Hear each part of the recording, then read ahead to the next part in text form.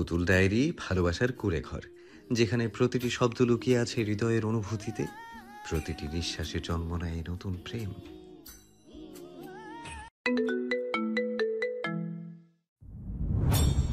প্রদীপ জলে মনের কোণে, তোমার চোখে সুখের ঢেউ, সন্ধ্যার মিষ্টি হাওয়া বলে তুমি মিষ্টি কেউ।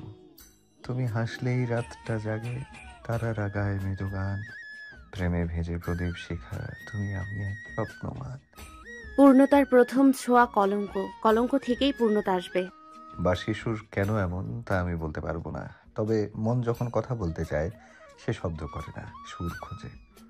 আমার মন হয়তো আজ আপনাকে ডাকছিল।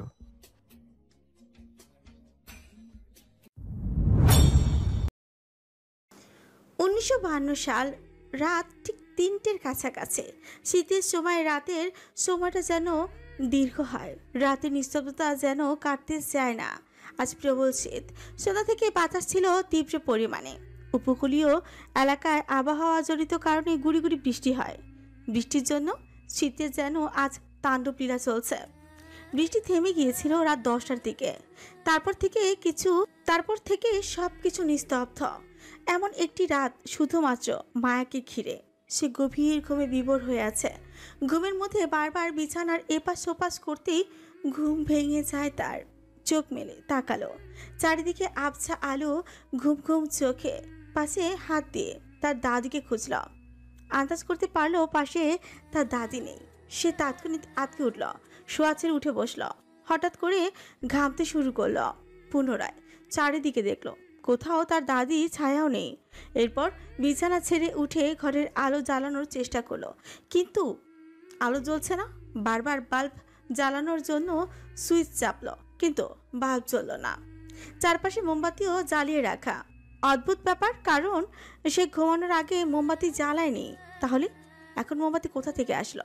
ভূতের গল্পের বই থেকে মায়া গতকাল জানতে পেরেছে ভূতেরা তীব্র আলো ভয় পায়। ভূত নিশ্চয়ই আলো নিভিয়ে দিয়েছে, এখন মোমবাতি জ্বলছে। চাঁদের মৃদু আলো জানালা ভেদ করে ঘরে প্রবেশ করেছে। সে আলো ধরে সে চারিদিকে নির্বাক দৃষ্টিতে তাকিয়ে দাদু দাদু বলে ডাকলো, কিন্তু তার দাদুর কোনো সাড়া শব্দ পেল না। আন্দাজ করলো তার দাদু বাথরুমে। আন্দাজ করেও সে থমকে দাঁড়িয়ে পড়লো। একবার ঠোক গেল, গলা যেন ভয়ে শুকিয়ে যাচ্ছে। ঠিক সেই মুহূর্তে বাথরুমের ভেতর থেকে জলের শব্দ ভেসে আসলো। মায়া একটু স্বস্তি পেল, তার দাদু বাথরুমের ভেতরে আছে বলে। এরপর সে বাথরুমের দিকে এগিয়ে গেল, কাপা কাপা গলায় ডাকল, দাদু, তুমি কি বাথরুমে? না, সাড়া নেই কেন? হঠাৎ বাথরুমের ভেতর থেকে জলের শব্দ বন্ধ হয়ে গেল। মায়া ধীর স্থির পায়ে বাথরুমের দিকে এগিয়ে গেল। বাথরুমের দরজা আগে থেকেই খোলা। মায়া এবার যেন ভয় চুপসে গেল। কপালের বিন্দু বিন্দু ঘাম গুলো মোমবাতির আলোয় চিকচিক করছে। মর্মাহত কণ্ঠে বলল, দাদু, তুমি কি বাথরুমে? ওপাশে নিস্তব্ধ। বাথরুমের ভেতর থেকে কারো জবাব না এসে পুনরায় জলের শব্দ এলো। মায়া হকচকে উঠল। সে ধীরে ধীরে হাত বাড়িয়ে দরজাটা পুরোপুরি খুলল। বালতি ভরে জল গড়িয়ে পড়ছে। ভেতরে কেউ নেই এমন দৃশ্য মায়াকে নাড়িয়ে তোল। মুখ চেপে ধরে ভয়ে চুপসে পেছনে সরতেই থাকে। ঠিক তখনই পেছনে কারোর সাথে ধাক্কা লাগলো। মায়া আহ শব্দে চেঁচিয়ে উঠে পেছনে তাকে দেখলো তার দাদু দাঁড়িয়ে আছে। জয়ন্তন বিবি বলল, তুই এত রাতে না ঘুমাইয়া হাঁটতেছস কেন? মায়া চোখ কুচকে তাকিয়ে রইল জয়ন্তন বেগমের দিকে। জয়ন্তন যখন রাতে ঘুমিয়েছিল তখন তার পরনে ধূসর রঙের কাপড় ছিল। বয়স হলেও যেন তার রং ঢং এখনো যায়নি। কিন্তু এখন সে মায়ার সামনে সাদা রঙের কাপড় পরে দাঁড়িয়ে আছে। মায়ের কৌতূহল নিয়ে জিজ্ঞেস করল, তুমি সাদা রঙের কাপড়ে কেন? জয়ন্তন বেগম সশব্দে হেসে ওঠল। তার হাসি দেখে মায়া নিশ্চুপ রইল।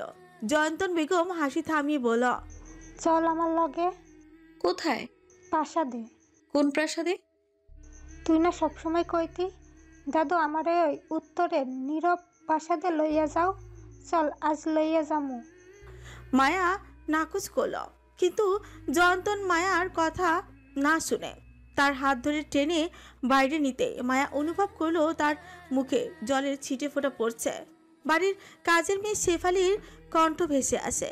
শেফালি তীর্যক কণ্ঠে চেঁচিয়ে বলছে, ও মেম সাহেব, ঘুম থাইকা ওঠেন, কত বেলা হইয়া গেছে। মায়া তখন লাফিয়ে উঠে বসলো, খুব জোরে জোরে নিঃশ্বাস ফেলছে।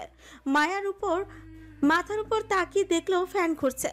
সকালবেলা ঠান্ডা পরিবেশ, কিন্তু ঘামছে সে। সে বুঝতে পারলো স্বপ্ন দেখেছিল এতক্ষণ। মায়া শেফালিকে লক্ষ্য করলো, বলল, শীতের মধ্যে ফ্যান চলছে কেন? আমি সেই কখন আপনার লাইগা চা আনছি, আয়শা দেখতেছি আপনি ঘামতেছেন। আমি ভাবলাম আপনার হয়তো গরম লাগতাছে, তাই ফ্যান ছাইড়া দিছি। আপনি কইলে আমি ফ্যান বন্ধ করে দিতেছি। দিমু? তো শীতের মধ্যে কি ফ্যানের বাতাসে আমি বরফ হবো? শেফালি ফ্যান বন্ধ করে বলল। ফ্যান বন্ধ করছি, আর কিছু করা লাগবো? মায়া বিছানা ছেড়ে উঠতে উঠতে বলল। তুই এখন ফ্যানের সঙ্গে ঝুলে যা। বাড়ির আঙিনায় ফোয়ারা থেকে টুপ টুপ করে জল পড়ছে। মায়া বিছানা ছেড়ে উঠতে উঠতে বলল। বাড়ির আঙিনায় ফোয়ারা থেকে চুপচাপ জল পড়ছে। সকালে সূর্যের আলো পড়ে সেটি ঝিকমিক করছে যেন রূপোর ফোঁটা। বটগাছের নিচে জমিদার সাহেবের বৃদ্ধ চাকর মাসুদ আলী ঝাড়ু দিচ্ছে। পাথরের ফ্লোরে বৃষ্টির দাগ রোদে শুকিয়ে যাচ্ছে। ফুলবাগানে সকালবেলায় শিশিরের ভেজা বেলি ফুলের গন্ধে পুরো পরিবেশটা সুরভিত হয়ে আছে। রান্নাঘর থেকে ভেসে আসে দুধ ফোটানোর আওয়াজ, সঙ্গে এলাচ লবঙ্গের গন্ধ। শালুক বেগম তখন নামাজ শেষে ছাদের দিকে হাঁটছে। সাদা মসলিন কাপড় মাথায় টেনে দেওয়া, হাতে তসবি। ছাদের পাশে দাঁড়িয়ে দেখছে দূরে হুগলি নদীতে ভেসে যাচ্ছে ছোট পালতোলা নৌকা। দাসীরা টিনের ট্রেতে করে নাস্তা সাজাচ্ছে, চা, নান, রুটি, খেজুর আর এক ছোট বাটি সেমাই, সাথে গড়ি কলিজা ভুনা। আমজাদ চৌধুরী শীতের হাওয়ায় এক নিস্তব্ধ সকালের মাঝে শান্ত মনে বসে আছে। আলিমনগর গ্রামটির প্রায় সব ঘর কাঠের এবং ছাদের উপর ধুলিমাখা টিন। রাস্তা ধারে পাথরের সিঁড়ি দিয়ে হেঁটে আসা নদীর ধ্বনি কখনো কখনো বাতাসে মিশে অনুরণ করে। সেই গ্রামের মাঝে আমজাদ চৌধুরীর বিশাল এক জমিদার বাড়ি দাঁড়িয়ে। বাড়িটির চারিদিকে গাছপালা, চারপাশ সবুজ রঙের ঘেরা। চৌধুরী বাড়ির নাম এক সময় বাগান বাড়ি ছিল। বাগান বাড়ি বললে সবাই আলিমনগরের চৌধুরী বাড়িটি চিনত। আমজাদ চৌধুরী এর বাবার পছন্দ অনুযায়ী বাড়িটির প্রাকৃতিক রূপ সাজানো হয়। চারিদিকে গাছগাছরা, ফুলের গাছ, ফলের গাছ, তার সাথে দোলনা। বিকেল হলেই সবাই আড্ডা জমায় বাড়িটির প্রাকৃতিক ছায়ার মাঝে। বর্তমানে সবাই চৌধুরী নিবাসন বলে চিহ্নিত করে বাড়িটি। বাড়ির বাগানে আমন্ত্রিত অতিথি থমাসনের সাথে আমজাদ চৌধুরী বসে আছেন। দুজনেই দুজনের সম্মুখে বসে আছেন। মাঝখানে টেবিলে সকালে নাস্তা রাখা, চা, রুটি, সাথে থমাসের পছন্দের খাবার গরুর কলিজা ভুনা। থমাস বাঙালিয়ানা খাবারের মধ্যে গরুর কলিজা ভুনা বেশ পছন্দ করেন। আমজাদ চৌধুরী দীর্ঘ 19 বছর ব্যবসা সূত্রে থাইল্যান্ডে ছিলেন। তখন তার সাথে সেই দেশের নাগরিক থমাসনের পরিচয় হয়। এক পর্যায়ে তাদের মধ্যে ভালো বন্ধুত্ব তৈরি হয়। আমজাদ চৌধুরীর বর্তমান বয়স আনুমানিক 60 ছুঁই ছুঁই এবং থমাসনের বয়স 58 বছর। ধবধবে সাদা শরীরে উপর শীত ঠেকাতে কালো রঙের ব্লেজার জ্যাকেট পরিধান করে আছে থমাস। অন্যদিকে আমজাদ চৌধুরী মোটা শাল জড়িয়ে রেখেছেন। থমাসন চায়ের কাপটি টেবিলে রেখে বলা, তোমার গ্রাম সম্পর্কে আমি একটা ঘটনা শুনেছিলাম। কিসের ঘটনা? একটি প্রাসাদ নিয়ে। প্রাসাদটির নাম ছিল দ্য সাইলেন্ট ম্যানর। একটা গ্রামের উপরে, তার চারপাশে কালের ভাঁজে পুরনো বন আর এমন এক গাছপালা যার ভিতর দিয়ে বাতাসও তাড়াতাড়ি যেন যেতে না চায়। বর্ণনায় এমনটি ছিল। আমজাদ চায়ের চুমুক দিলেন। বর্ণনা? তোমাকে এমন ঘটনা কে বলেছে থমাস?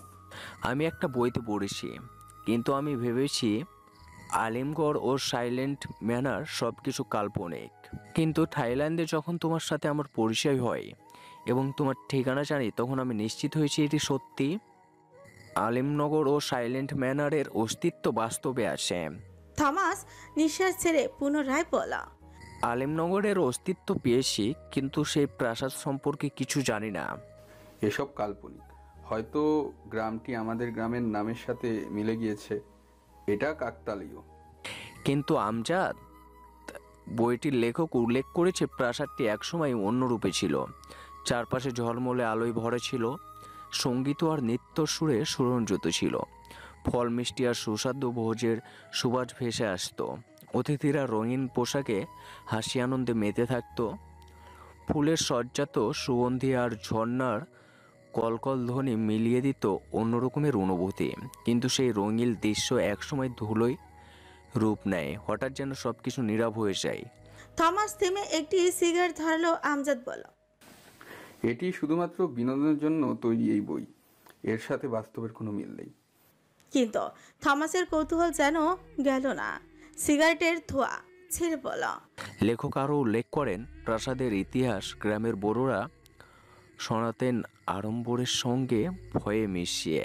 কাহিনী অনুযায়ী 1877 সালে এক জমিদারের পরিবার এখানে বাস করত। তাদের মধ্যে কেউ অল্প বয়সী অদ্ভুতভাবে নিখোঁজ হয়ে গিয়েছিল, কেউ আবার ছায়ার মতো আচরণ করত। এরপর প্রাসাদটি এক প্রকার পরিত্যক্ত অবস্থায় থেকে যায়। কিন্তু গ্রামের লোকেরা বিশ্বাস করত এখানে যে রহস্য আসে তা এখনও। আমার জন্ম এখানে, বেড়ে ওঠা এখানে, সেরকম কোনো ঘটনা থাকলে নিশ্চয়ই আমি জানাতাম। তোমার ভেতরেও কি কোনো প্রশ্ন জমেছে দ্য সাইলেন্ট ম্যান বইটি নিয়ে? অঘম। হ্যাঁ, জমিদারের একমাত্র কন্যা ফারদিনার সাথে একটা ছেলের সম্পর্ক ছিল। ছেলেটি ছিল রাখাল। ওর সাথে জমিদারের একমাত্র কন্যার বিয়ে হওয়ার কথা ছিল।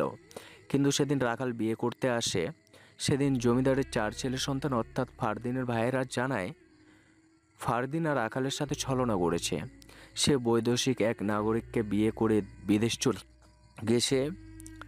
কিন্তু রাখাল খোঁজ নিয়ে জানতে পারে ফারদিনা বিদেশ যায়নি। তাহলে ফারদিনা কোথায়? অনেক খুঁজেছে রাখাল, কিন্তু ফারদিনাকে আর পায়নি সে। একজন রাখালের সাথে জমিদারের কন্যার বিয়ে, বিষয়টি অদ্ভুত লাগছিল আমার কাছে।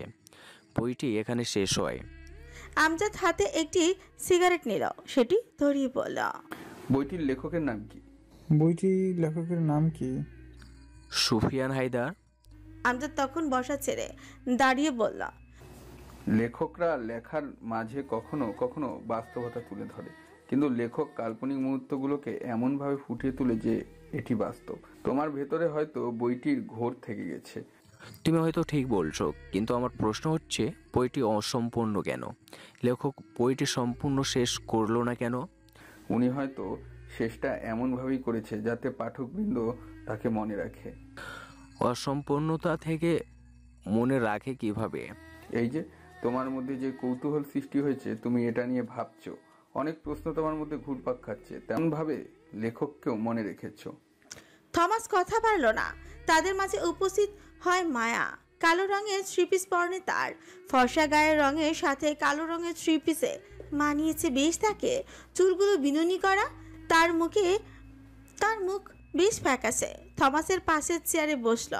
আমজাদ মায়াকে লক্ষ্য করে প্রশ্ন করল, রাতের ঘুম ঠিক মতন হয়েছে তো? আমজাদ চেয়ারে বসল। মায়া রাতের অদ্ভুত স্বপ্নটা মনে পড়ে। ভয়ানক ছিল স্বপ্ন। স্বপ্নের সময়টা আর একটু দীর্ঘ হলে হয়তো দম বন্ধ হয়ে আসত। মায়া মলিন হেসে জবাব দিল, ভালো হয়েছে। এরপর থমাসের দিকে ঘুরে তাকালো। তাকে প্রশ্ন করল, আঙ্কেল, আমাদের গ্রাম কেমন লাগছে আপনার কাছে? বেশ সুন্দর, তবে অনেকটাই নিস্তব্ধ এই গ্রাম। এখন মনে হয় এই গ্রামটি থেকে অমূল্য নক্ষত্র হারিয়ে গিয়েছে। মায়া তার মুখে এরকম কথা শুনে আমজাদ হোসেন এর দিকে তাকিয়ে বলল, বাবা, আঙ্কেলের এইরকম অনুভূতির কারণ কি তুমি জানতে চাওনি? তোমার আঙ্কেল একটি বই পড়েছে, সেই বইয়ে গ্রামটির নাম আমিলনগর। বইটি অসম্পূর্ণ, তাই ওর মেন কৌতূহল জন্মেছে। কি বই আঙ্কেল? The silent manner. বইটা আমিও পড়েছিলাম, অসম্পূর্ণ বই, কিন্তু আমার ভেতরেও একটা প্রশ্ন জমেছে।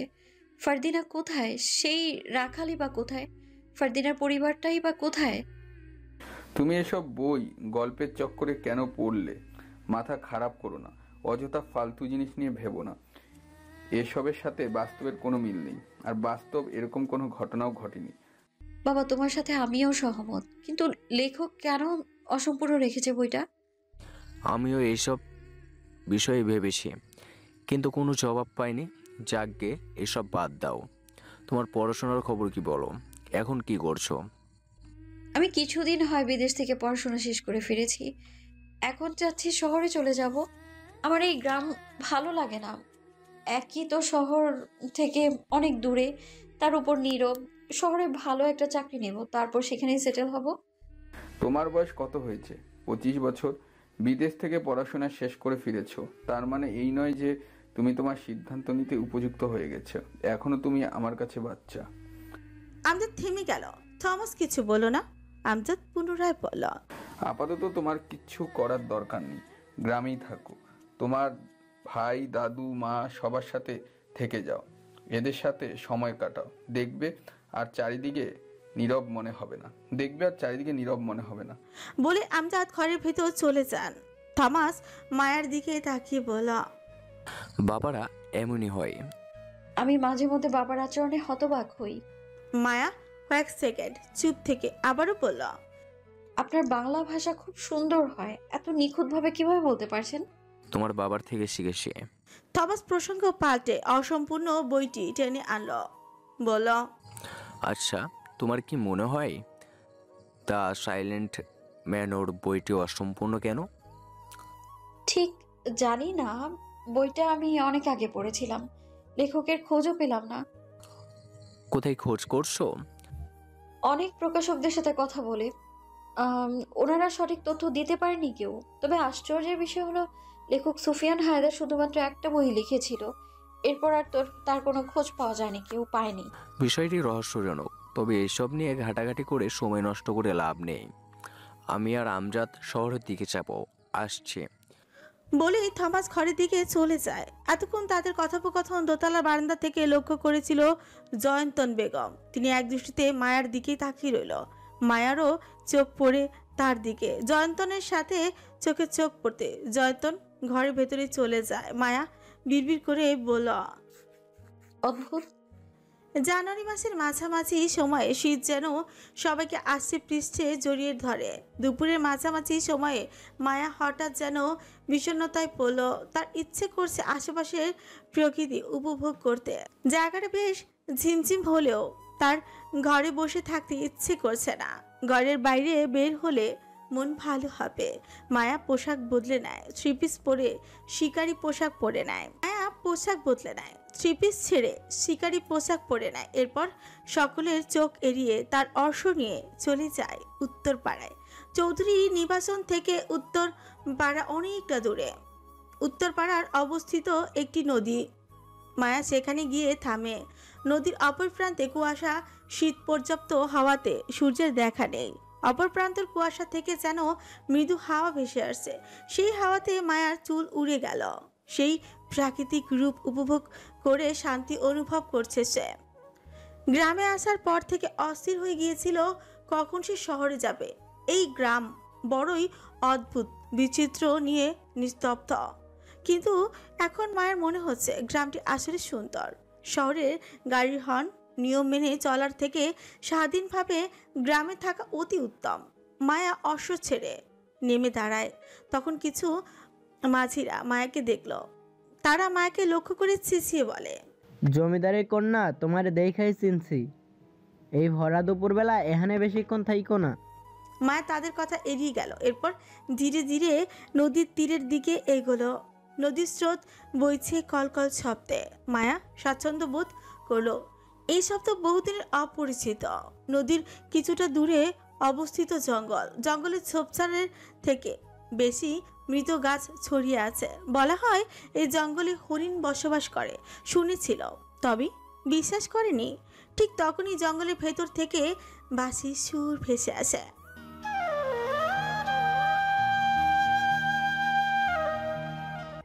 মায়া থমকে গেল হঠাৎ বাঁশির সুরে।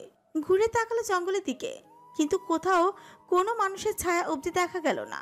একবার মাঝিদের দিকে দেখলো, তারা নদীর মাঝ অবধি চলে গেছে। মায়া কান খাড়া করে শোনার চেষ্টা করলো। সুরটি জঙ্গলের ভেতর থেকে আসছে। তার ভয়ও হলো, কিন্তু দিনের আলোয় ভয়টা তাকে তীব্রভাবে জড়িয়ে নিতে পারল না। সে জঙ্গলের দিকে যাওয়ার জন্য মন স্থির করে। মায়া অশ্ব পিষ্টে চেপে বসে। এরপর সুর ধরে জঙ্গলের দিকে এগিয়ে গেল। কিন্তু যতই জঙ্গলের দিকে এগোচ্ছে ততই সুরটি যেন থেমে যাচ্ছে। নিস্তব্ধ পরিবেশে চারিদিকে এক ভয়ঙ্কর রূপ ধারণ করেছে। মায়ের ভেতরে ভয় জেগে উঠলেও অদ্ভুত সেই বাঁশির সুর যেন তাকে টেনে নিয়ে যাচ্ছে সেই জঙ্গলের ভেতরে প্রবেশ করে। ততক্ষণে বাঁশির সুরটা থেমে যায়। সে স্তব্ধ হয়ে গেল, চারিদিকে তাকালো, কোথাও কাউকে দেখছে না। অশ্ব থেকে নেমে দাঁড়ায়, হেঁটে হেঁটে এদিক সেদিক গেল, কাউকে সে দেখতে পেল না। ভাবছে এটা কি তার মনের ভুল ছিল? সে যেন হাঁপ ছেড়ে বাঁচল। পুনরায় অশ্বের কাছে আসতে চাইল। তার সামনে একটা সাপ পড়ল। সাপটি তার দিকে ক্ষীণ দৃষ্টিতে তাকিয়ে আছে। সাপটি ফেনা তুলে দাঁড়িয়ে আছে। মায়ের পায়ের তলার মাটি যেন তখন সরিয়ে গেল। সাপটি থেকে তার দূরত্ব 3 থেকে 4 হাত। সাপটির ফেনা দেখে মনে হচ্ছে তাদের মধ্যে বহুদিনের শত্রুতা। তখন সে নিজেকে বাঁচানোর জন্য উল্টো দিকে ঘুরে দৌড় দিল। বিষাক্ত সাপটি তাকে ধাওয়া করছে।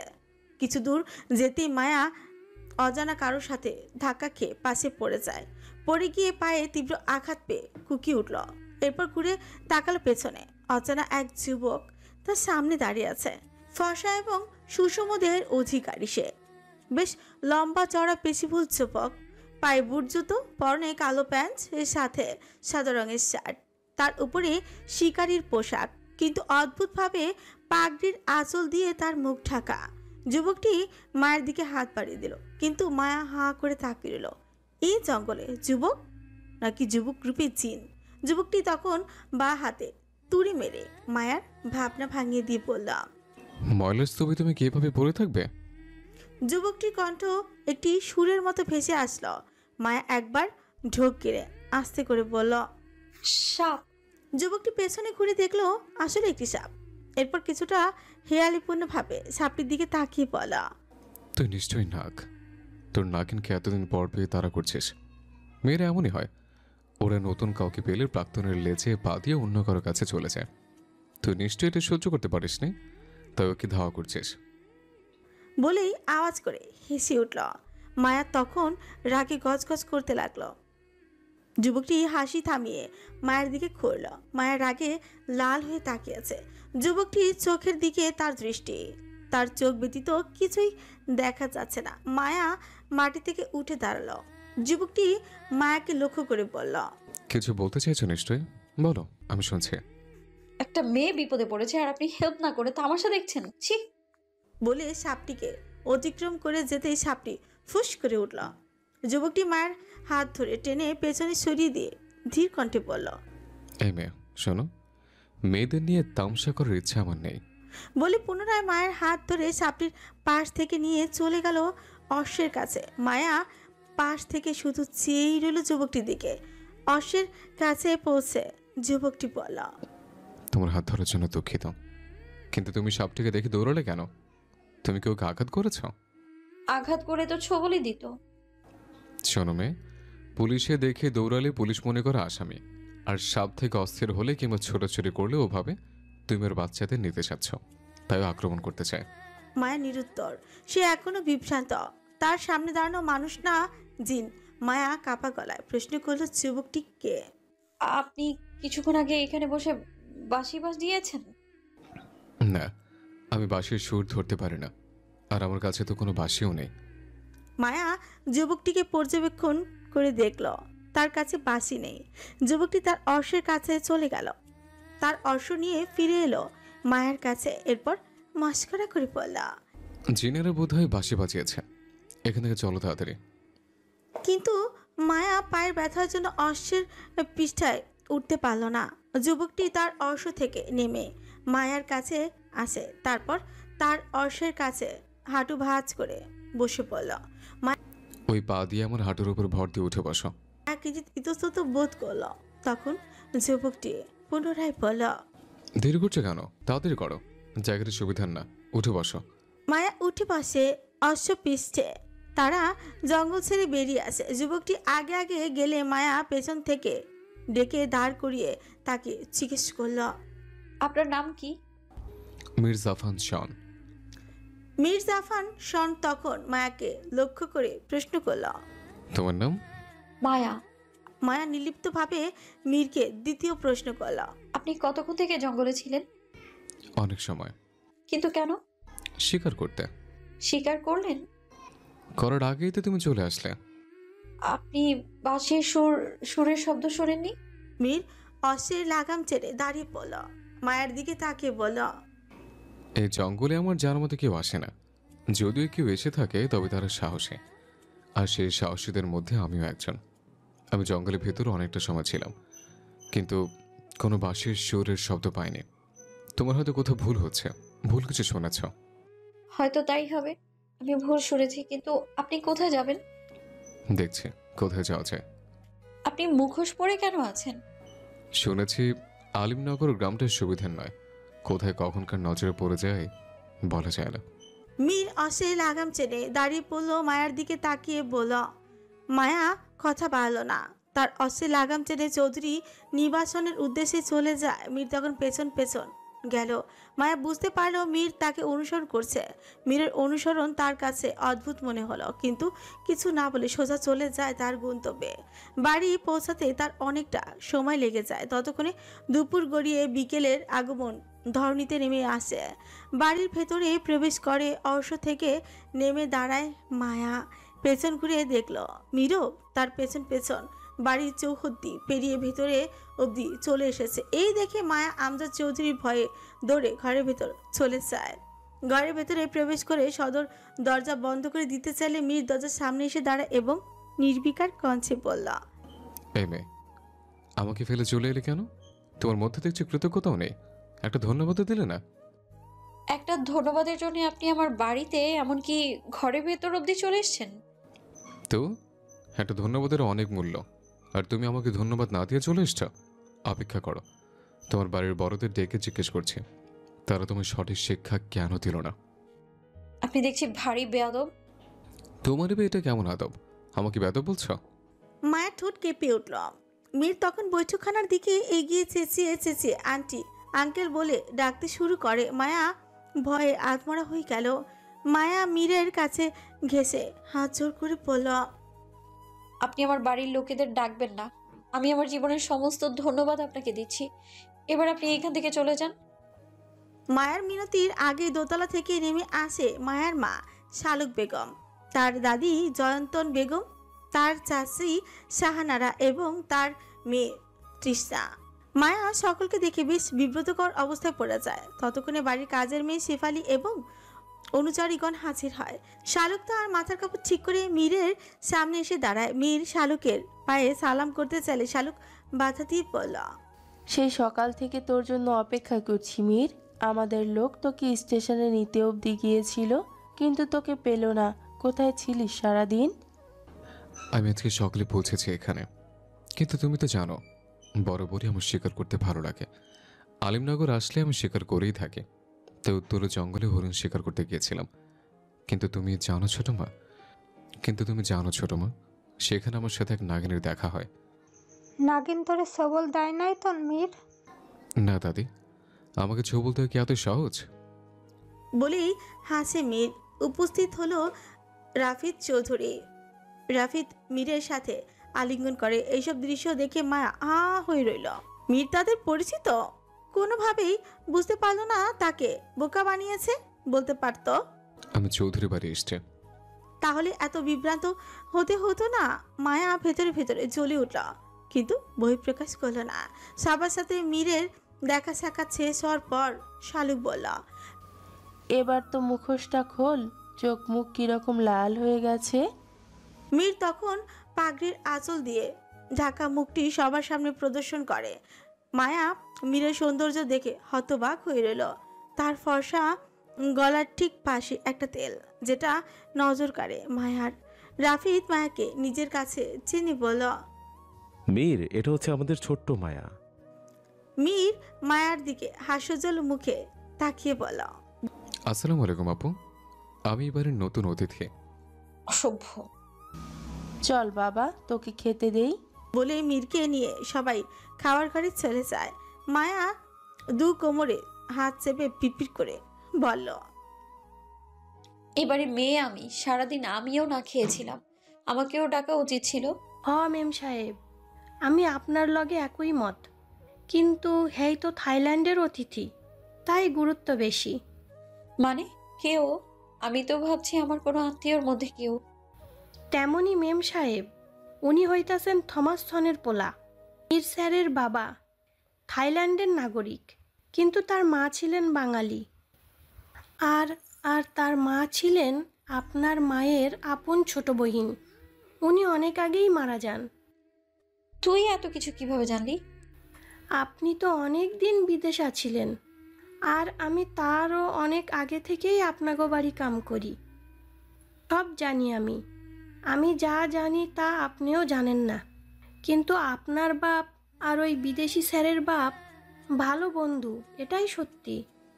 মায়া কিছু বলল না। শেফালি হেসে বলল, যাই বলেন না কেন, বিদেশবাবু অনেক সুন্দর। মায়া মুখে মলিন হাসি আনলো। শেফালি তার হাসি লক্ষ্য করে বলল, আইসা লাভ নাই, উনি কিন্তু আপনারে বইন ডাকছে। বলেই খাওয়ার ঘরের দিকে চলে গেল শেফালি। দিন ফুরিয়ে রাতের আধা নেমে আসে। রাত ঠিক 12টা। ঘড়ির কাঁটা যেন ঠিক 12টায় এসে বিঁধেছে। এই যেন থমকে যাওয়া একটি প্রহর। নীরব শুনশান রাত ঘিরে আলোকিত লক্ষ্য তারার আকাশে জড়ো হয়েছে। ওদের সর্দার হিসেবে চাঁদ যেন ঠিক মাঝি সীমাবদ্ধ।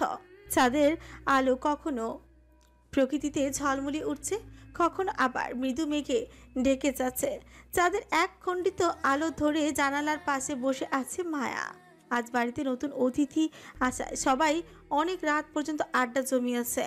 মিনিট 20 সবাই ঘুমের জন্য যে যার ঘরে চলে গিয়েছে। আজ বাড়িতে আমজাদ চৌধুরী উপস্থিতি নেই। উনি এবং থমাস মিলে শহরে গিয়েছে। তারা আজ আর ফিরবে না। তৃষা তাকের বইগুলো গোছাতে গোছাতে মায়াকে বলল, মীর কিন্তু ছেলে হিসেবে খুবই ভালো। মায়া কোনো প্রতিক্রিয়া করছে না। সে জানালা থেকে তাকিয়ে আছে বাইরে। তৃষা দেখলো মায়ের কোনো হুঁশ নেই। সে মায়ার সামনে গিয়ে জিজ্ঞেস করল, আমি কি বলেছি তোর কানে যাচ্ছে না? জানিস আজকে আমি উত্তরে জঙ্গলে গিয়েছিলাম। তারপর? মায়া পায়চারি করতে করতে বলল, তখন আমি একটা বাঁশির সুর পাই। আমি সুরটা অনুসরণ করে সেই দিকে চলে যাই, আর সেখানে আমি মীরকে দেখতে পাই। কিন্তু মীরের হাতে শুধু একটা রাইফেল ছিল, বাঁশি ছিল না। তবে আমি কি ভুল শুনেছিলাম? তুই আবার সেই গল্পের কাহিনী বানাচ্ছিস? আমি সত্যি বলছি তৃষ্ণা, তোর সাথে আমি কখনো মিথ্যে বলি না। ধরে নিলাম তুই সত্যি বলছিস, তবে বাঁশিটা কে বাজাচ্ছিল শুনি? মা চুপসে গেল। সে বসে পড়ে খাটের উপর। তৃষা হাতের কাজ শেষ করে শুয়ে পড়ল। বলল, তুই থাক, আমি মীরের ঘর থেকে আসছি। আমার কেন যেন ওকে বেশ সন্দেহজনক মনে হচ্ছে। আমি নিশ্চিত ওই বাঁশিটা বাজিয়েছে। মায়ার গতকাল রাতের স্বপ্নের কথা মনে পড়ে। তৃষা শুয়ে শুয়ে বুকের উপর বই রেখে পড়ছে। মায়া কিছুক্ষণ পায়চারি করে বলেই তাৎক্ষণিক ঘর থেকে বেরিয়ে মীরের ঘরের উদ্দেশ্যে রওনা হয়। দোতলার একদম পূব পাশে মীরের ঘর। এতক্ষণে সবাই ঘুমিয়ে পড়েছে। বাড়ির সমস্ত বাল্ব নেভানো থাকলেও কিছু মশাল জ্বলছে স্ফটিক ঝাড়বাতি, যার জন্য চারিদিকে মৃদু আলো ছড়িয়ে আছে। মায়া মীরের ঘরের দিকে যেতেই পেছন থেকে মায়া ডাকটি ভেসে আসে। মায়া আতকে উঠল, পা স্থির হয়ে গেল। ধীর স্থির ভাবে পেছন ঘুরে দেখলো জয়ন্তন বেগম দাঁড়িয়ে আছে। খুব রেগে আছে সে, দেখেই বোঝা যাচ্ছে। মায়া এখন কি জবাব দিবে? মীরের ঘরের দিকে কেন যাচ্ছে, তাও এত রাতে? তুই এত রাইতে এখানে কি করো? শুধু তোমারই জন্য। আমি জানি আমি এত রাতে বের হলে তোমার সাথে দেখা হবে। হইছে, আমার লগে নাটক করতে হইবে না। আমি তোর ঘরে যাইতে আইছিলাম। এইটা কওলের লাগা যে আজ তুই তিশার লগে ঘুমা।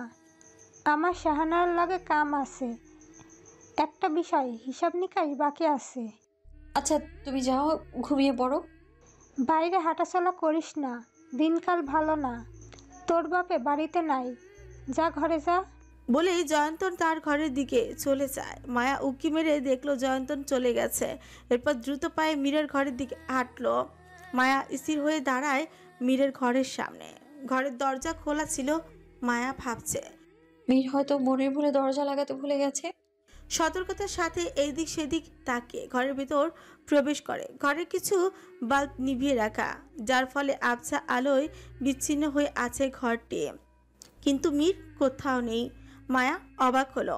অতিথি ঘরটি বেশ বড় সড়ো। ঘরের ভিতর আর একটি ঘর আছে, সচরাচর ঘরটি কেউ ব্যবহার করে না। মায়া সেই ঘরের দিকে গেল। সেই ঘরেও কিছু বাল্ব নেভানো।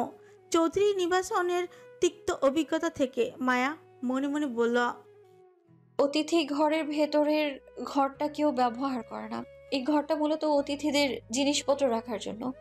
কিন্তু মীরের সাথে তো কোনো ব্যাগপত্র ছিল না, তবে সে এখানে কি করছে?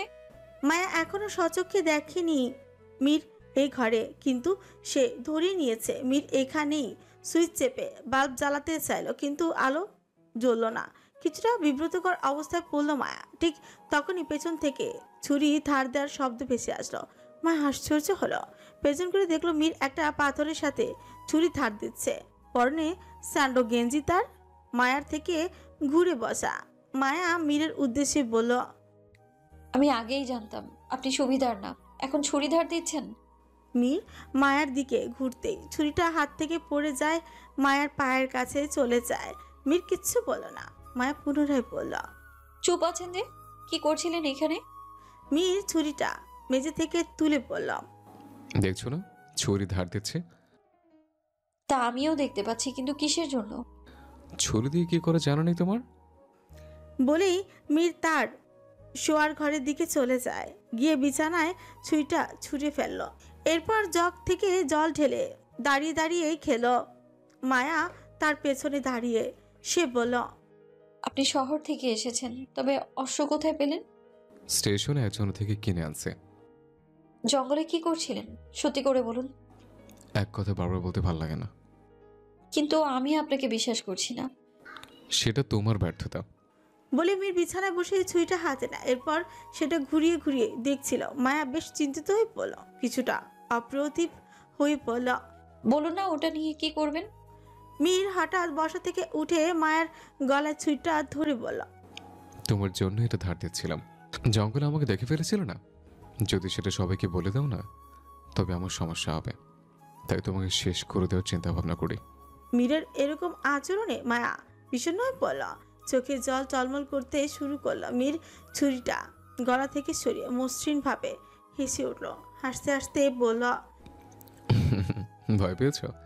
আরে বোকা মেয়ে, ছুরিটি ভালো করে দেখো। এটা ফল কাটার ছুরি, ধার ছিল না তাই ধার দিলাম। ছোট মা তখন আমাকে ফল দিয়ে গেছে, কিন্তু ছুরি দিতে হয়তো ভুলে গেছে। মায়া ধীরে ধীরে স্বস্তির নিঃশ্বাস ফেলল। মীর বলল, জঙ্গলে আমি শিকারের জন্য গিয়েছিলাম, অন্য কোনো কারণ ছিল না। আর বাঁশির সুর ওটা তো ভুলেই শোনা থাকবে। আপনাকে বিরক্ত করার জন্য দুঃখিত। আমি আপনার জন্য এখানে এসেছি, এটা অন্য কাউকে বলার দরকার নেই। হ্যালো প্রিয় শ্রোতা বন্ধুরা, আপনারা শুনছেন পুতুল ডায়েরি প্রেজেন্টস ভালোবাসার সুন্দর সুন্দর গল্প। আমাদের কাজকে আরো সুন্দর করার জন্য আপনাদের উৎসাহ প্রয়োজন। আপনাদের উৎসাহ আমাদের অনুপ্রেরণা। ধন্যবাদ। বলে মায়া চলে যেতেই মীর বলল, পায়ের ব্যথা কমেছে? হাঁটতে পারছি। এরপর চলে যায়। মায়া মীরের ঘর থেকে বেরিয়ে তার ঘরের দিকে হাঁটলে তার মনে হলো মীরের ঘরে এক্ষুনি কেউ গেল। এরপর দরজা লাগিয়ে দিল। মায়া পুনরায় দাঁড়িয়ে পড়ল, চোখ তুলে তাকায় দেয়াল ঘড়ির দিকে। রাত ঠিক 1টা ছুঁই ছুঁই। সে আবার মীরের ঘরের সামনে গেল, কিন্তু এবার দরজা বন্ধ। চোখ পড়ে পাশের জানলার দিকে। সেখানে গিয়ে জানলার ফাঁক দিয়ে সরু চোখে দৃষ্টি মেলে দেখল রাফিদ মীরের কাছে বসে আছে। রাফিদ বিছানায়, মীর দাঁড়িয়ে দাঁড়িয়ে খুব উদ্বিগ্ন হয়ে কিছু বলছে। রাফিদ মীরের কথা খুব মনোযোগ সহকারে শুনছে, কিন্তু মায়া স্পষ্টভাবে তা শুনতে পাচ্ছে না। মীর কথা থামানোর পর রাফিদ হাতে ছুরিটা নিয়ে কারো গলা কাটার মতো ইশারা করে কিছু বলল। মায়াকে এমন দৃশ্য নাড়ালো। মায়া তাৎক্ষণিক কিছু না ভেবে তার ঘরের দিকে চলে যায়। মীর এবারও তার সাথে মিথ্যা বলেছে। বিষয়টি মায়ার মোটেও ভালো লাগেনি। তার উপর রাফিদ মীরের সাথে তারা কিছু গোপন কিছু করার চেষ্টা করছে। এইসব চেতনার জন্য যেন মায়া দ্বিধাদ্বিক জ্ঞান শূন্য হয়ে পড়ে। নির্জন নিহারিকা রাত কেটে ভোরের কৃষ্ণ আলো ফুটে ওঠে। ভোর 6টার দিকে ঘুম থেকে উঠে যায় শালুক, তার সাথে শাহানারা। তারা হাত মুখ ধুয়ে রান্নাঘরে উপস্থিত হয়। রান্নাঘরে আগে থেকে উপস্থিত ছিল শেফালি। শেফালি বসে বসে মশলা বাটা তৈরি করছিল। চুলায় বসানো দুধ, শেফালি সেদিকে খেয়াল নেই। দুধ উতলে পড়তে শুরু করে। তখন এসে হাজির হয় শালুক। শালুক চুলার আঁচ কমিয়ে দেয়। শেফালি দাঁড়িয়ে কাঁপা কাঁপা গলায় বলল, দুধের কথা খেয়াল আছিল না, বকবেন না, আমি নাস্তা অহনই বানাই দিতাছি। কাজ করার ইচ্ছা থাকলে করার মতো করিস। আর ওই রহিমা কোথায়? ও কাজে আসছে না কেন? বাড়িতে মেহমান আছে, এটা কোনো 2 পয়সাওয়ালা বাড়ি নয়। প্রতিদিন নামি দামি লোক আসা যাওয়া করে, তাদের আপ্যায়ন করতে হয়। এত কাজ তো তোর একার পক্ষে করা সম্ভব নয়। মালকিন, রহিমা খালার শরীরটা ভালো না, শুনছি ওনার একটা রোগ ধরা পড়েছে, এরই লয়গা কামে আয় না। সে কাজে আসতে না পারলে তার মেয়েকে আসতে বলবি। ঘরে বসে থেকে তো কোনো লাভ নেই। যা তুই গিয়ে খবর দিয়ে বলবি, সে যদি কাজ করতে না পারে তবে তার মেয়েকে পাঠিয়ে যেন, নয়তো গত মাসের বেতনও পাবে না। আচ্ছা বা। এরপরও রহিমার বাড়ির উদ্দেশ্যে রওনা হয়। শাহানারা শালুককে লক্ষ্য করি বলল, আপা তুমি চিন্তা করো না, আমি সবার জন্য নাস্তার ব্যবস্থা করছি। এতক্ষণ রান্নার ঘরের দৃশ্য দেখলো মীর। শেফালিকে কিভাবে কথা শোনালো শালুক, মীরের খারাপ লাগলো। এরপর ঘর থেকে বেরিয়ে যায়। মীর গাড়ি নিয়ে শেফালির পেছন পেছন গেল। কিছু দূর গিয়ে শেফালির দেখা পায় মীর। গাড়ি থামিয়ে দিল। শেফালি মীরকে দেখে বলল, বাবু আপনি এইখানে? ঠিক গাড়িতে উঠ বলছে। না বাবু, বড় মালকিন জানতে পারলে আমায় আস্ত রাখবে না। আর উঠতে বলেছে, ওঠ। মীরের ধমকের সুরে শেফালি গাড়িতে উঠে বসে। এরপর মীর গাড়ি স্টার্ট করে। মীর বলল, রহিমা খালার বাড়ি কোথায়? সোজা গেলে ডান দিকে রাস্তার পাশে। রহিমা খালার কি হয়েছে? একটা অসুখ, যে অসুখের চিকিৎসা নাই। কি বলছিস? হ বাবু, আগে একটু সুস্থ ছিল, কিন্তু অহন বেশি অসুস্থ। ঠিক কিছুক্ষণের মধ্যে রহিমাদের বাড়ি পৌঁছে যায় তারা। শেফালি গাড়ি থেকে নেমে দাঁড়ায়। মীর নামল। শেফালি মীরকে লক্ষ্য করে প্রশ্ন করল, আচ্ছা আপনি আমার লগে আইছেন কেন? পরে দেখবি, আগে চল। কাঁচা মাটির ঘর, চারিপাশে বাঁশের বেড়া, দেয়াল মাটি দিয়ে লেপা, অনেক জায়গা ফেটে গেছে। ছাউনিতে খড় বা কখনো টিন। খড় থাকলে বর্ষায় ফোঁটা ফোঁটা পানি পড়ে ঘরে ঢুকে। মেঝে খালি মাটি, মাঝে মাঝে গরুর গোবর আর মাটি মিশিয়ে লেপা হয়, তাই ঠান্ডা আর স্যাঁতস্যাঁতে ভাব লেগেই থাকে। রহিমার ঘরের ভেতর খুব বেশি আসবাবপত্র নাই। বারান্দায় একটা মাচা, ঘরের ভেতরে কাঠের চৌকি, ঘরের এক কোণে মাটির হাঁড়ি পাতিল সাজানো, একটা লণ্ঠন চলছে। দিনে জানালার ফাঁক দিয়েই আলো আছে। জানালা বলতে বাঁশের কঞ্চি দিয়ে বানানো ছোট ফাঁকা। ঘরের সামনে উঠোন, মাঝে গরুর খোয়ার, এক পাশে কলসি শাড়ি। উঠানের এক পাশে তুলে রাখা আছে কাঁসার থালাবাটি, কোথাও শুকাতে দেওয়া আছে ধান এবং শাক পাতা। ঘরের সামনে একটা কুড়ে ঘরের বারান্দা, যেটা বৃষ্টির দিনে ভিজে কাদায় মাখামাখি হয়। সব মিলিয়ে একেবারে সাধারণ কষ্ট ভরা অথচ ঘরোয়া উষ্ণতার টান আছে এমন এক সেকেলে নির্মিত গ্রামীণ বাড়িতে মীর প্রথমবার এরকম বাড়ি দেখছে। তার কাছে ভীষণ অদ্ভুত লাগলো। থাইল্যান্ডে এরকম বাড়িঘর নেই। আলিমনগর আসলেও কখনো চারপাশটা সে ঘুরে দেখেনি। আজ এরকম একটি পরিবেশ দেখে অবাক হলো মেয়ের। শেফালি ঘরের ভিতর রহিমার খাটের উপর শুয়ে আছে। শেফালি বলল, খালা তুমি কি জমিদার বাড়িতে আর কাজ করতে যাইবা না? যদি না যাও তাইলে তোমার মেয়েরে পাঠাও, নয় গত মাসের বেতন কিন্তু মালকিন দিত না। আর যদি কখনো কাজ নাই করো তাও আমারে কইয়া দেন। রহিমা কাশতে কাশতে উঠে বসে। জীর্ণ শীর্ণ শরীর, গায়ের রং কালো, বয়স মাত্র 45, কিন্তু রোগের জন্য কাবু হয়ে গেছে সে। রহিমা স্থির হয়ে বলল, বেতনের টাকা না দিলে চলবো কেমনে? ওষুধ কেমনে কিনবো? তা কি আমি জানি? অহন কও কি করবা? আমার আবার তাড়াতাড়ি যাইতে হইবে। অনেক কাজ আছে। আমার যে অবস্থা, আর কামে যাওন যাইব না, মালকিন রে বইলা দিস। শেফালি আর কোনো কথা না বাড়িয়ে ঘরের বাইরে বের হয়। মীর এতক্ষণ সব শুনছিল। সে শেফালিকে বলল, শোন, আমি কিছু টাকা দিচ্ছি, খালাকে দে। বলে মীর কিছু টাকা শেফালিকে দেয়। শেফালি টাকাগুলো রহিমার দিকে এগিয়ে দিয়ে বলল, জমিদার বাড়ির এক ছোট সাহেব তোমারে দেশে, এটা রাহো।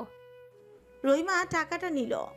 শেফালি ঘর থেকে বেরিয়ে আসতেই পেছন থেকে একটা কণ্ঠস্বর ভেসে এলো, শেফালি আপা, টাকাটা নিয়ে যান, গরিব হতে পারি কিন্তু কারো দয়া নিয়ে বাঁচতে চাই না, আর আমি আগামীকাল থেকে কাজে আসব। বলা শেষে ঘরের ভেতর থেকে একটা হাত বেরিয়ে আসলো। মীর দেখলো এবং শুনল। শেফালি বাধ্য হয়ে টাকাটা ফেরত নেয়। মীর শুধু হাতটা দেখলো। মীর এবং শেফালি পুনরায় জমিদার বাড়ির উদ্দেশ্যে রওনা হয়। মীর খানিকটা চুপচাপ বেশ কিছু দূর গিয়ে শেফালিকে জিজ্ঞেস করল, রহিমা খালার মেয়ে অনেক দেমাক। আচ্ছা, ওর বাবা কোথায়? গায়েব হয়ে গেছে। মানে? বাবু অনেক আহে হুনসি ওনারে কেউ মায়েরা ফেলাইছে। একদিন রাইতে কিছু লোক আইসা রহিমা খালার স্বামীরে ডাইকা লয়। লোকগুলো কারা তা খালা জানতেন না। সেই রাইতে আর খালু বাড়ি ফেরে নাই। পরদিন সকালে দেখে ওনার লাশ বাড়ির উঠানে পইড়া আছে। মীর হঠাৎ গাড়ি থামিয়ে দিল। শেফালি অশ্রুসিক্ত নয়নে বলল, খালা কয় শেষ ভাত কয়টাও খালু খাইতে পারে নাই। কিন্তু ওনাকে কে খুন করলো? সাদামাটা জীবন ছিল, ওনার তো কোনো শত্রুও ছিল না হয়তো। জানি না বাবু। ভোরের আলো ধীরে ধীরে ছড়িয়ে পড়েছে বিশাল চৌধুরী নিবাসন এর আঙিনায়। শিশির ভেজা বাতাসে ফুলের গন্ধ ছড়িয়ে আছে। চারিদিক নিস্তব্ধ, শুধু দূরের পাখিদের কিচিরমিচির আর কুয়াশা ভেদ করে আসা সূর্যের কোমল আলো আঙিনার লাল ইটের মেঝেতে পড়ে এক অদ্ভুত সোনালি আভা ছড়াচ্ছে। বাড়ির উঁচু ফটক ধীরে ধীরে খোলা হয়েছে।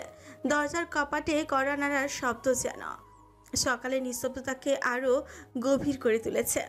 দোতলার বারান্দা থেকে সাদা রঙের মোটা খুঁটির ফাঁক দিয়ে সকালের আলো নেমে এসেছে। বারান্দার লোহার রেলিংয়ে শিশিরে ভেজা মানিক জোর পায়রা বসে ডানা আলো মেখে নিচ্ছে। আঙিনার এক পাশে শান বাঁধানো পুকুর, তার জলে সকালের প্রথম সূর্য রশ্মি পড়ে চিকচিক করছে। জল নাড়াচাড়া করছে কচুরিপানা আর মাছে মাছে মাছে লাফিয়ে ওঠার তরঙ্গ। পুকুর ঘাটে কয়েকজন দাসী ঘুমটা টেনে জল তুলছে। তাদের কণ্ঠে শরীরে আড্ডা ভেসে আসছে সকালের শান্ত আবহে। বাড়ির ভেতরে থেকে ভেসে আসছে চুলায় কাঠ জ্বালানোর গন্ধ আর রান্নার প্রথম ধোঁয়া। পুরনো দেয়ালের ছায়া ভেদ করে নতুন দিনের প্রাণ চাঞ্চল্য ধীরে ধীরে জেগে উঠেছে। এমন সকাল যেন জমিদার বাড়ির প্রাচীন ইতিহাসকেও সজীব করে তোলে। পুকুর পাড়ে বসে আছে মায়া। তৃষ্ণা শেষ স্থানে নেমে মুখ ধুচ্ছে। মীর সেখানে উপস্থিত হয়। কিছুক্ষণ হয় রহিমাদের বাড়ি থেকে ফিরেছে সে। মায়াকে একা বসে থাকতে দেখে মীরও পুকুর পাড়ে উপস্থিত হয়। মীরকে দেখে তৃষ্ণা বাড়ির ভেতরে চলে যায়। মীর কালো রঙের শার্ট এবং অ্যাশ রঙের প্যান্ট পরে আছে, হাতে একটা সোনালি রঙের ঘড়ি। মীর গিয়ে বসে মায়ের পাশে। মায়া মীরের থেকে মুখ সরিয়ে নেয়। মীর কিছুটা কোমল কণ্ঠে বলল, রূপসী বোনটি কোনো কারণে রাগ করে আছে নিশ্চয়ই, কিন্তু কি কারণে রাগ করে আছে বলা যাবে কি? আমি কারোর সাথে কথা বলতে চাই না, আপনার সাথে তো নয়ই। আর আপনি একটা মিথ্যেবাদী। তা কোন কারণে আমাকে মিথ্যাবাদী বলা হচ্ছে জানতে পারি কি? গতকাল আপনি আমার সাথে মিথ্যে বলেছেন। ওই ছুরিটা দিয়ে নিশ্চয়ই কিছু করেছেন, নয়তো করবেন। আর আমার সাথে মিথ্যে বললেন আপনি। মীর মায়ের দিকে ঝুঁকে বলল, তুমি নিশ্চয়ই ভুল কিছু ধারণা করছো। আমি যা বলেছি তাই সত্য। আমার ডিকশনারিতে মিথ্যাবাদী কোনো শব্দ নেই। তাহলে রাফিদ ভাই আপনার সাথে কি করছিল? মীর এবার ঠোঁট চুলকিয়ে বেশ কয়েক সেকেন্ড চুপ রইল। এরপর জবাব দিল, ও তো রাতে আমার সাথে ছিল, আর ও তখন ছুরিটি দেখে এটাই বলছিল এটা বিছানায় কেন, গলায় কেটে যাবে। তুমি নিশ্চয়ই এটা জানলা থেকে দেখেছো। মায়া মীরের দিকে ঘুরে বলল, আপনি কিভাবে জানলেন? তুমি ছোট্টবেলা থেকে দুষ্ট, বয়স কম হয়নি, কিন্তু এখনো পাগলামি যায়নি তোমার। মায়া মলিন হেসে উঠল। মীর মায়ের হাসি দেখে বলল, আর কাউকে সন্দেহ করো না। তোমার আশেপাশে কেউ তোমার শত্রু নয় মায়া। কিন্তু মীর, আপনি জানেন আমার কেমন যেন সবাইকে অদ্ভুত মনে হয়। কখনো মনে হয় এরা সবাই আমার ক্ষতি চায়। যাদের দেখছি তারা কেউ আমার আপন নয়। অসুখ মানে? মানে এটা তোমার একটা অসুখ। দীর্ঘ সময় ধরে তুমি পরিবারের থেকে দূরে ছিলে। পরিবারের আদর্শ কেমন হয় সেটা হয়তো তুমি ঠিকঠাকভাবে কখনো উপলব্ধি করোনি। হঠাৎ করে সবাইকে একসাথে পেয়ে তোমার এমন অনুভূতি হচ্ছে। মায়া দৃষ্টি সরিয়ে ফেলল মীরের, রেস্ট টেনে বলল, আপনি ঠিকই বলেছেন। এখন ঠিক বলছো। কিছুক্ষণ পর আমার পেছনে তুমি পড়বে। নীরব সময় কাটে পুকুর পাড়ে কিছুক্ষণ। সূর্যের আলো পুকুরের জলে পড়ে, তার প্রতিফলন পড়ল মায়ের মুখে। মীর তার দিকে তাকিয়ে বলল, তুমি কি বই পড়তে ভালোবাসো? আমি গল্প পছন্দ করি, কিন্তু আপনি কিভাবে জানলেন? তোমার ঘরে তোমার অনুমতি ছাড়াই গিয়েছিলাম, তখন অনেক বই দেখতে পাই। মায়া মীরের দিকে ঘুরে তার হাতের উপর হাত রেখে বেশ উৎফুল্ল হয়ে বলল, আচ্ছা, আপনি দ্য সাইলেন্ট ম্যানর বইটা পড়েছেন? মীর মায়ের হাতের স্পর্শ পেয়ে সেদিকে তাকালো। মায়া বুঝতে পেরে হাত সরিয়ে ফেলল। দুঃখিত। আমি বই পড়তে পছন্দ করি না। পাঠ্য বই তো বাবার ভয়ে পড়তাম। আর গল্প? এটি একটি অসম্পূর্ণ বই, আমার অনেক পছন্দের, কিন্তু লেখক বইটা কেন অসম্পূর্ণ রেখেছে আর লেখকই বা কোথায় হারিয়ে গেছে আমি জানি না। জানেন, ওনার খোঁজ পর্যন্ত করেছিলাম কিন্তু পাইনি আমি। মায়ের মুখটি হঠাৎ করে ফ্যাকাশে হয়ে গেল। মীর দেখে বলল, তুমি কি বইটা নিয়ে চিন্তিত? মা নিরুত্তর। মীর হাস্যজল মুখে তাকিয়ে বলল, আচ্ছা, বইটা আমাকে দিও, আমিও পড়ে দেখব। সত্যি তো? বললাম না আমি মিথ্যে বলি না। কিন্তু আপনি তো গল্প পছন্দ করেন না। তোমার জন্য একটা বই পড়া যায়। বলে মীর পুকুর পাড় থেকে বাড়ির ভেতর চলে যায়। মায়া মীরের যাওয়ার পানে তাকিয়ে রইল কিছুক্ষণ। এতক্ষণ তৃষ্ণা মায়া এবং মীরকে অনুকরণ করছিল। তৃষ্ণা মায়ার কাছে উপস্থিত হয়, কাছে ঘেঁষে বলল, তুই মীরের সাথে এত কি বলছিস? ও কিন্তু তোর খালাতো ভাই, মানে আমাদের বড় ভাইয়ের মতো। প্রেমে ট্রেমে পড়ে যাস না কিন্তু। বিদেশি ছেলে, না জানি কত প্রেমিক আছে। তোর কি আমার পেছনে লাগা ছাড়া আর কোনো কাজ নেই? আমি তাকে কেন ভালোবাসতে যাব? বলেই পুকুর পাড় ছেড়ে চলে যায় ঘরের উদ্দেশ্যে। টেলিফোনে রিং বেজে উঠল। কলটি রিসিভ করে জয়ন্তন বেগম। তিনি হ্যালো বলার পর অপর প্রান্ত থেকে আমজাদের কণ্ঠ ভেসে আসে, মা, কেমন আছো তোমরা সকালে? আমরা ভালোই আছি। তোর খবর নাই বাজান? তুই কই, কবে বাড়ি ফিরবি? মা, আমাদের ফিরতে আরো 2 দিন দেরি হবে, এটা বলতেই কল দিয়েছি। এরপর কলটি কেটে যায়। জয়ন্তন পুনরায় কল দিলে কলটি ওপাশ থেকে কেটে দেয় আমজাদ। জয়ন্তন খুব হতাশ হলো। এক পুত্রকে হারিয়েছে আজ 22 বছর। আমজাদ এবং এহসান ছিল তার চোখের মণি। দুই ভাই যেন দুই ভাইয়ের রক্ষা কবচ ছিল। এরপর হঠাৎ একদিন শোনা যায় এহসান চৌধুরী আর বেঁচে নেই। জয়ন্তন খুব ভেঙে পড়েছিল সেদিন। তারপর থেকে আমজাদ কোথাও গেলে সে বড্ড উদাসীন হয়ে যায়। শালুক আসে জয়ন্তনের কাছে, তাকে বর্ষসূচক হাতে স্পর্শ করে বলল, মা চলুন বসবেন। তারা সোফায় বসে। শালুক জয়ন্তনকে লক্ষ্য করে বলল, মা আপনি চিন্তা করবেন না, আপনার ছেলে ঠিক সময় মতো ফিরে আসবে, তার কিছুই হবে না। অন্যদিকে শহরের একটি বেসরকারি কৃষি ইনস্টিটিউট অফিসে বসে আছে থমাসন এবং আমজাদ। আমজাদ কলটি তখন জয়ন্তনের মুখের উপর কেটে দিয়েছে। বিষয়টি লক্ষ্য করেছে থমাস আমজাদকে প্রশ্ন করল, তুমি তোমার মায়ের মুখের ওপর কলটি কেটে দিচ্ছ, এটা কিন্তু ঠিক হয়নি। এখনই হয়তো বিদেশ থেকে কল আসবে, তাই কলটি কেটে দিয়েছি। থমাস বেশ গভীর শ্বাস ছেড়ে হতাশায় নিমজ্জিত হয়ে বলল, তুমি খুব ভাগ্যবান, তোমার মায়ের কল আসে। আফসোস, আজ বহু বছর আমার মায়ের কোনো কল আসে না।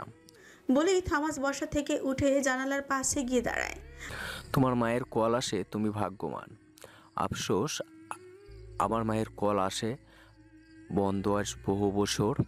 বাক্যটি আমজাদের আশেপাশে যেন ঘুরপাক খাচ্ছে। আমজাদ তখন তার বাড়ির নম্বরে দ্বিতীয়বার সংযোগ করার চেষ্টা করলো। দ্বিতীয়বার টেলিফোন বেজে ওঠা জয়ন্তন বেশ হকচকিয়ে গেল। শালুক বলল, আপনার ছেলেরই হয়তো কল, চলুন কলটি ধরুন। জয়ন্তন কলটি রিসিভ করে। ওপাশ থেকে আমজাদের মলিন কণ্ঠ ভেসে আসে একটি মধুর ডাক, মা। এই তো, এইখানেই একজন গর্ভধারিণী জননীর শোক। ভাবসান কিছু হয়েছে তোর? ঠিক আছে বাবা? আমি ঠিক আছি মা। আমজাদ নিশ্চুপ হয়ে গেল, জয়ন্তনও চুপচাপ। আমজাদ হঠাৎ করে বলল, মা আমি কিন্তু তোমারই সেই ছোট্টবেলার মতোই ভালোবাসি। কথাটি বলে জয়ন্তন ফুপিয়ে কেঁদে উঠল। দৃশ্যটি দেখলো শালুক, তার ঠোঁটের ফাঁকে হাসি। বলা হয় শাশুড়ির সাথে তার ছেলে সুসম্পর্ক বউয়ের নাকি সহ্য হয় না, কিন্তু শালুক যেন তার উল্টো। তিনি সব সময় চান জয়ন্তন যেন মৃত্যুর শেষ সময় অবধি হাসি খুশি থাকে। জয়ন্তন জবাব দিল, কাজ শেষ কইরা জলদি বাইরে চলে আসো বাজান। দোয়া রইল মা। জয়ন্তন কল কেটে দেন। এতক্ষণ ঘটে যাওয়া ঘটনাটি দেখলো মেয়ের দোতলা থেকে। দোতলার রেলিং ধরে দাঁড়িয়েছিল সে। জয়ন্তন তার ঘরে চলে গেল। মীর তখন ওপর থেকে নিচে আসে। বৈঠকখানায় শালুক বসে আছে। এসে মীর খুব নতজানু হয়ে তার কোলে মাথা রেখে শোয়। শালুক একটু নির্বিকার প্রশ্ন করল, মীর, শরীর খারাপ তোর? কিছু হয়েছে বাপ তোর? ছোট মা, একটু শুতে দাও, ভাল লাগছে না। মায়ের কথা খুব মনে পড়ছে। শালুক মীরের মাথায় হাত বুলিয়ে দিয়ে বলল, আমি কি তোর মা নই মীর? গর্ভধারিণী মায়ের মতো দুনিয়াতে কেউ হয় না আমি জানি। গর্ভধারিণী মায়ের স্পর্শেও সন্তান সুস্থ হয়ে ওঠে। মায়ের গায়ের গন্ধ মন সতেজ করে তোলে। কিন্তু সে মা থাকতে কজন মূল্য বোঝে, হারিয়ে গেলে তখন খুঁজে। আমার মাঝে মধ্যে খুব কষ্ট হয় ছোট মা। মায়ের শূন্যতা আমাকে বিষিয়ে তোলে, ইচ্ছে করে দুনিয়া ছেড়ে চলে যায়।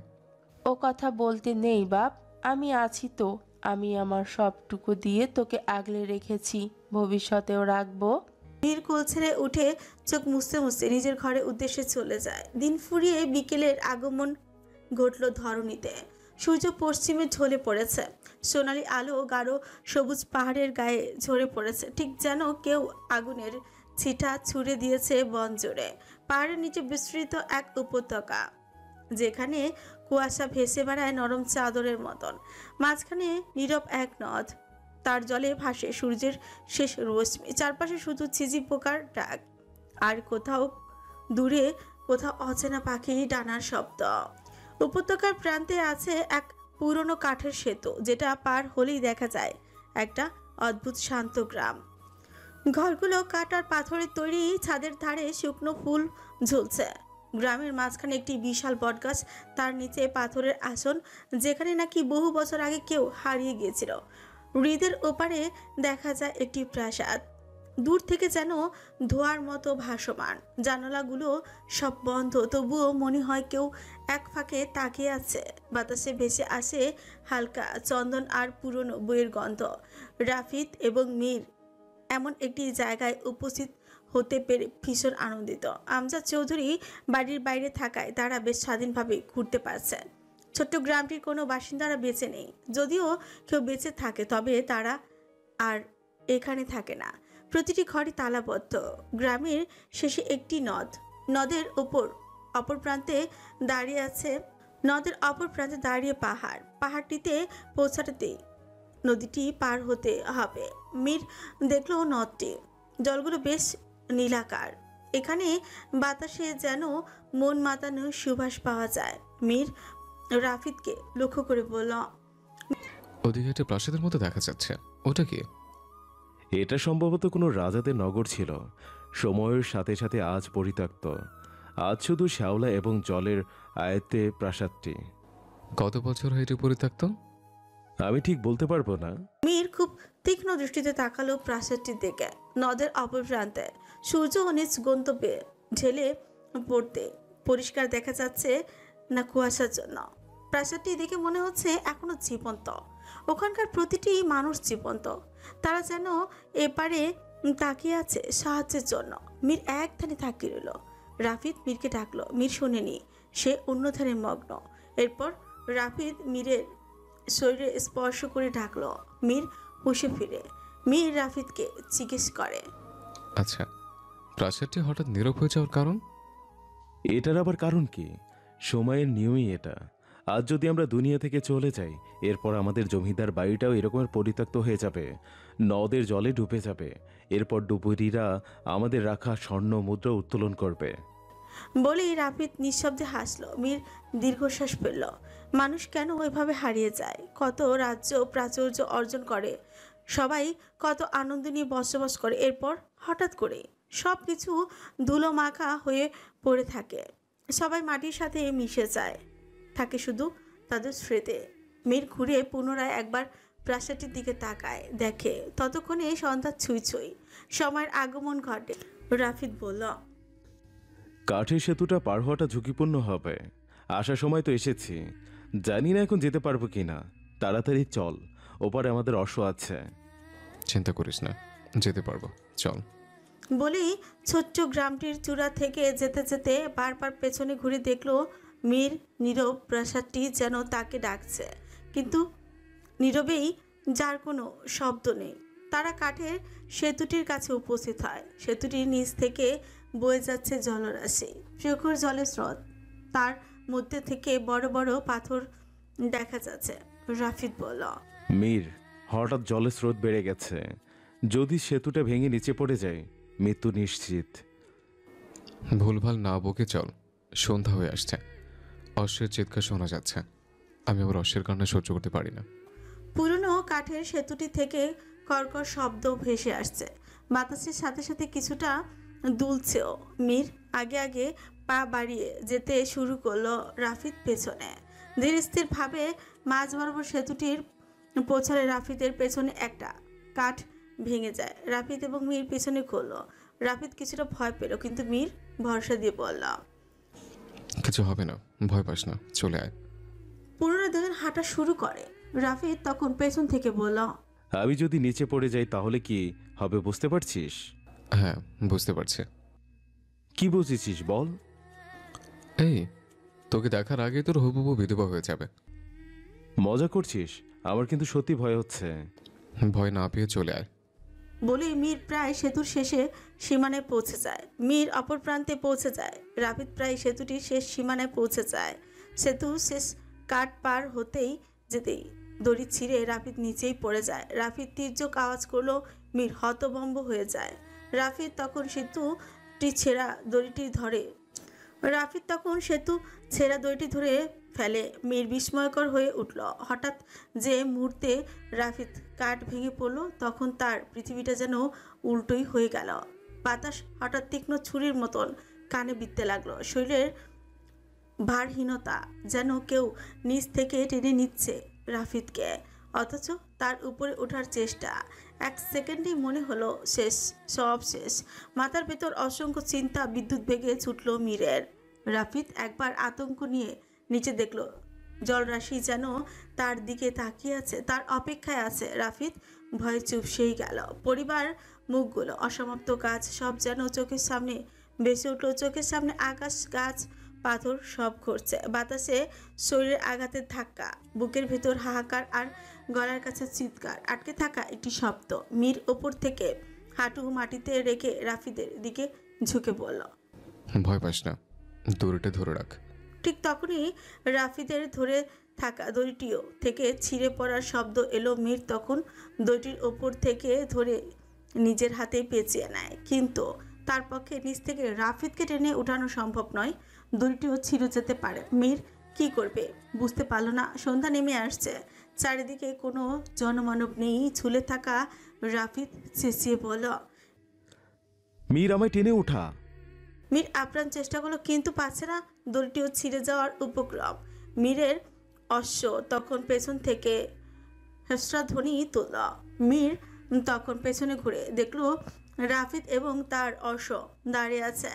মীর একবার রাফিদের দিকে তাকালো, তারপর তার অশ্বের দিকে তাকিয়ে চেঁচিয়ে বলল, অগ্লিন, দড়িটা ছুড়ে দে আমার দিকে।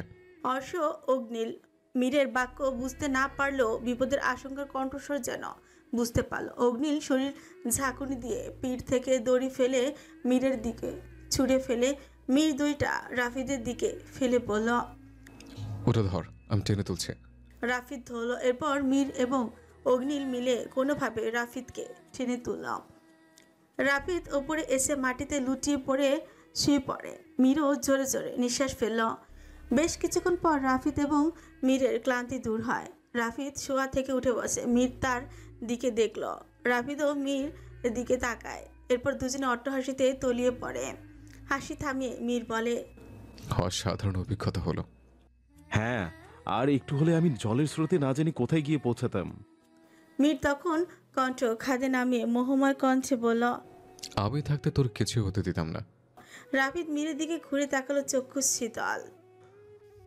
আমরা তো ভাই, এর বেশি আজ আর একটা সম্পর্কের নাম দেয়া যাক।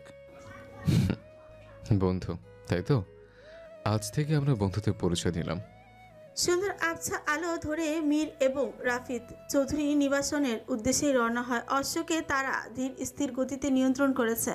খোলা মাঠ ধরে তারা এগোচ্ছে, চারপাশে শুনশান। তাদের থেকে কিছু দূরে ডান এবং বাঁ দিকে সারি সারি মৃত গাছ। রাফিদ চারপাশে দেখে বলল, তাড়াতাড়ি চল, অন্ধকার নেমে আসছে। রাফিদ কথাটি শেষ করতে না করতেই একটা তীর ফলক এসে তাদের সামনে মাটিতে বিদ্ধ হয়। তারা বেশ আশ্চর্য হলো। অশ্ব দাঁড়িয়ে যায়। কোথাও থেকে তীরটা আসলো তা দেখার জন্য তারা চারিদিকে তাকালো। তখন দেখতে পায় দূরে মৃত গাছগুলোর স্থান থেকে একজন তীরটা ছুঁড়েছে। ব্যক্তিটি অশ্বের পৃষ্ঠায় বসা, মুখ পাগড়ির আঁচল দিয়ে ঢাকা। দূরে থাকায় স্পষ্টভাবে তাকে চিহ্নিত করা গেল না। মীর নিচে নেমে দেখলো তীরের সাথে একটি চিরকুট। মীর চিরকুটটি খুলল, তাতে লেখা, চোখের সামনে প্রিয় মানুষটি মৃতদেহটি দেখার মতো সৌভাগ্য যেন কারো না হোক। চাইলে সত্যটা তোমরা উন্মোচন করতে পারবে। ব্যাস। এরপর ছোট্ট করে একটি দৃশ্য আঁকা, যা এখন বোঝা যাচ্ছে না। রাফিদ জিজ্ঞেস করল, চিরকুটে কি লেখা? কি বাসি বাজাই রে মন কেন না চাই রে, আমার প্রাণ যে মানি না, কিছুই ভালো লাগে না। কি বাসি বাজাই রে মন কেন না চাই রে, আমার প্রাণ যে মানে না, কিছুই ভালো লাগে না। ওই বাসি কি বিষের বাসি, তবুও কেন ভালোবাসি, লগ্ন ভরে আড়াল থেকে দেখেছি পোড়া হাসি, সে যে হৃদয় কখন করলো হরণ, কিছুই জানি না, আমার প্রাণ যে মানে না, কিছুই ভালো লাগে না। কি বাসি বাজাই রে মন কেন না চাই রে, নাম ধরে সে ডাকে না যে, তবুও কেন মরিলা যে, মন যেন আজ একা একা বসে না কোনো কাজে, সে যে চুপি সারে আমায় কেন দেখেও দেখে না, আমার প্রাণ যে মানে না, কিছুই ভালো লাগে না। কে বাসি বাজাই রে মন কেন না চাই রে, আমার প্রাণ যে মানে না, কিছুই ভালো লাগে